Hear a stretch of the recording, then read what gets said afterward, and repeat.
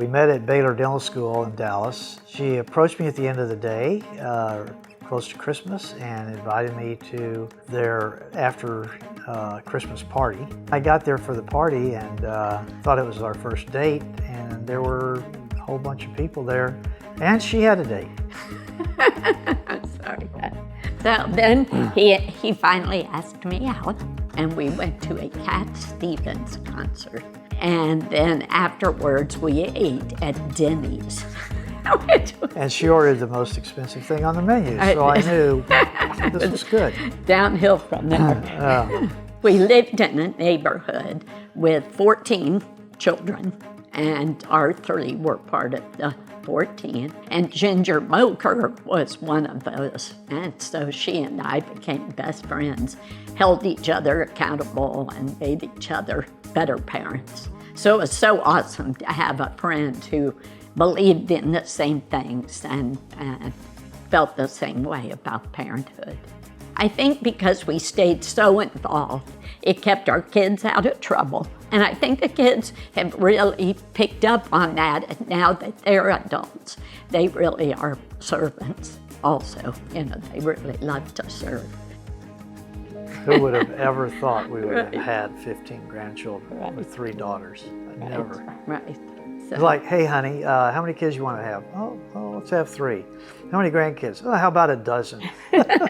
maybe a dozen, not 15. Yeah, the first time we became grandparents, of course, we were really thrilled.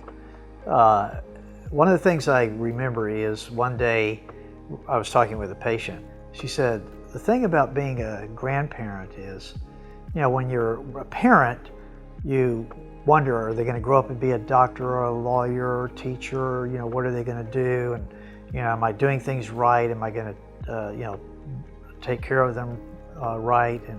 And things like that. She said, but when you get to be a grandparent, you just love them. You know it's going to be okay. They're going to turn out all right. You spoil them a little bit, but you also do some disciplining, try to help guide them, as we did our daughters. The way you build a relationship with your grandchildren is to be there for them, to just love them. If you have grandchildren who are out of state, text them a question once a week just to answer, like, what makes you smile? What's your favorite food? What are you scared of? And so each week I've been texting the oldest ones and asking those questions. And it's very cute, their answers. You know, it's awesome that they answer. And so I think staying in touch is so important, and they know we're always there for them.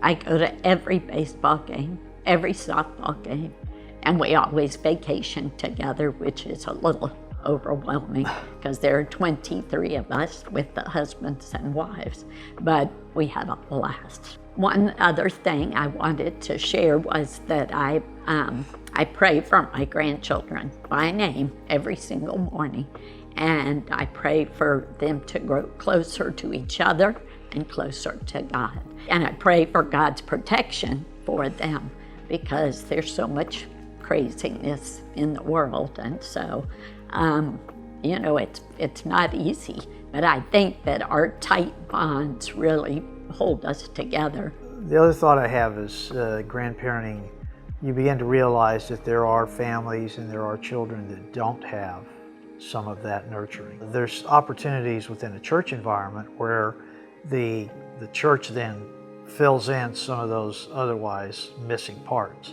And so that's where it becomes very important. That kind of community that can occur within a church environment is really, really helpful and really important for kids. We have always felt very open and wanting to help nurture other children. It helps the entire community for that type of, you know, overlap, if you will, helping others to see and try to be that example. Trying to show as much love as you can, because we're loved and we feel the God's love, then it's easy for us to love others, particularly the children.